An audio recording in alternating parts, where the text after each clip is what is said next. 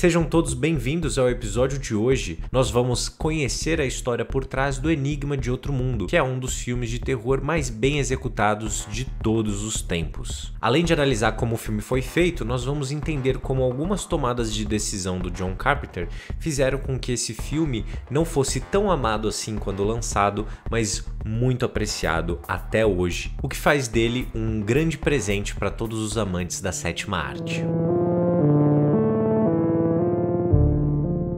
O filme foi dirigido pelo John Carpenter com um grande elenco liderado pelo Kurt Russell, e todos os efeitos visuais tiveram a concepção e a realização do Rob Bottin. O filme conta a história de um grupo de pesquisadores na Antártica, que após um evento bizarro vindo de um acampamento próximo, acabam descobrindo uma forma de vida que veio de outro mundo. O problema é que ela não é nada amigável, e ainda por cima tem a capacidade de se transformar na réplica exata de suas vítimas, criando uma paranoia geral no grupo onde todos desconfiam de todos, e assim vão mergulhando no terror no canto mais gelado do mundo. Esse filme é uma adaptação de uma história curta, uma história bem famosa dentro do gênero da ficção científica. O livro é o Who Goes There, do John W. Campbell. Essa história curta foi adaptada pela primeira vez para o cinema em 1951, O Monstro do Ártico. É bastante curioso revisitar essa obra de 51 porque ela é bem diferente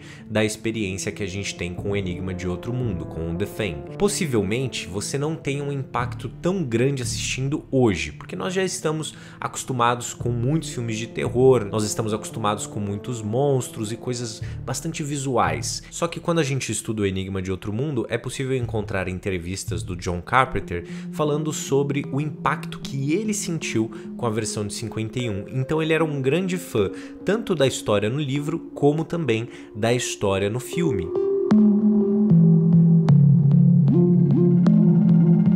Quando John Carpenter foi escolhido pelo estúdio para ser o diretor do filme, ele era muito mais conhecido por projetos independentes.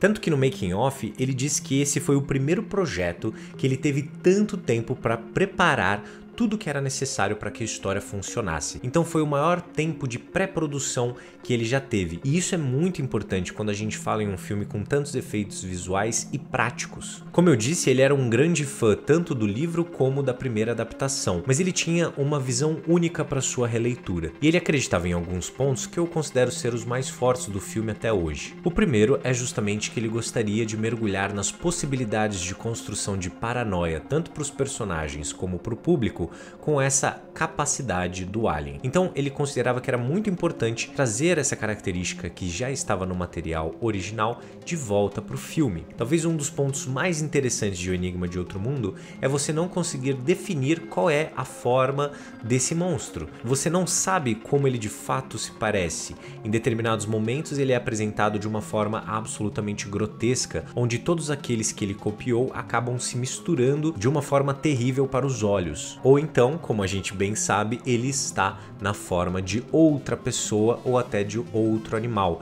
onde ninguém sabe que ele é um alienígena e dessa forma ele acaba virando um grande predador. O John Carpenter também pontuou que além da ideia da locação e de toda a tempestade, ele gostava muito de ter um elenco apenas com homens, porque isso criaria uma sensação ainda mais forte para a narrativa de que todos aqueles amigos que costumavam viver juntos agora não sabem quem é o inimigo.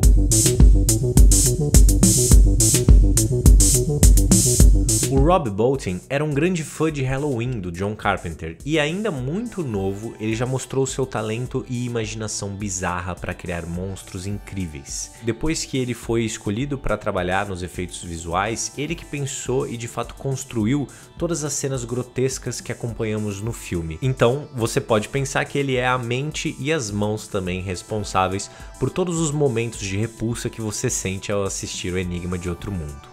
O grande medo do John Carpenter dentro desse projeto era do público determinado momento se desconectar da história por questões de efeitos visuais, por alguma coisa que eles colocassem na tela e o público não acreditasse, não comprasse. Tanto que nas cenas finais foram construídos alguns stop motions da maior qualidade e que não entraram no filme, porque o John, quando olhou para aqueles stop motions, ele conseguiu sentir que era algo que o público entenderia como um efeito. No fim das contas, ele queria criar uma experiência única para o público, uma ficção científica horripilante e, claro, muito bem feita. O próprio diretor disse que seu trabalho foi fácil graças à qualidade de todas as pessoas envolvidas no projeto, mas isso não tirou do seu caminho algumas decisões difíceis. Uma delas está relacionada justamente ao final do filme, e aqui eu já vou avisando, cuidado com spoilers. Se você nunca assistiu o filme, eu recomendo que você vá assistir porque é uma grande experiência. Quando a gente pensa no final de O Enigma de Outro Mundo, nós estamos falando de um final muito pessimista, extremamente pessimista, para ser sincero. Um final onde nós não podemos confiar um no outro, não podemos confiar nem em nós mesmos e vamos morrer dentro dessa condição, sem saber se você é o inimigo ou pior, sem saber se eu mesmo sou o inimigo. Essa foi uma dúvida tão cruel durante a produção do filme que eles chegaram a gravar um final alternativo onde o personagem do Kurt Russell não só seria resgatado, como existiria uma comprovação de que ele não foi contaminado por esse alienígena. Então seria um final muito mais feliz do que aquele que está apresentado no filme.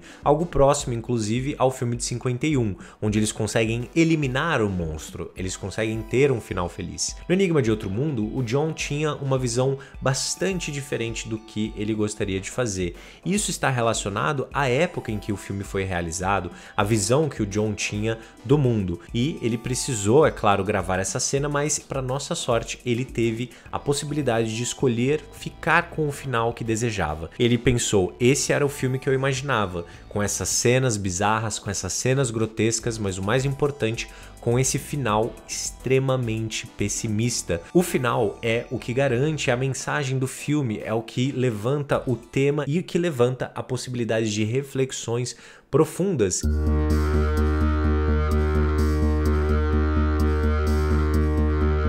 Com um filme com cenas grotescas e um final que representava a desconfiança em nós mesmos da forma mais profunda possível, o filme, quando foi lançado, não foi um grande sucesso imediato. Ele não chegou a dar prejuízo, mas também não foi um sucesso. E um dos motivos que os produtores levantam é que quando o filme foi lançado em 82, outro filme com um alienígena estava sendo lançado, só que com um alienígena bem diferente. Nós estamos falando do ET, o extraterrestre. E naquela época as pessoas estavam muito mais interessadas em um alienígena do bem, bacana, gente boa, do que um alienígena que não só tomasse a forma de outras pessoas, como também destruía a vida humana na Terra. E além disso, o público realmente ficou muito horrorizado com o quão gráfico esse filme é em relação às cenas de terror. Foi no VHS que o filme começou a de fato encontrar o seu público, a sua legião de fãs, que foi crescendo ao longo do tempo. É interessante pensar que hoje ele é muito querido tanto por fãs de terror como fãs de cinema no geral, o que prova que muitas das decisões difíceis na carreira de um diretor quando está realizando um filme são possivelmente as decisões que vão garantir que esse projeto tenha uma força ao longo do tempo, porque quando a gente para pra pensar, era isso que ele gostaria de comunicar, então era isso que ele precisava comunicar.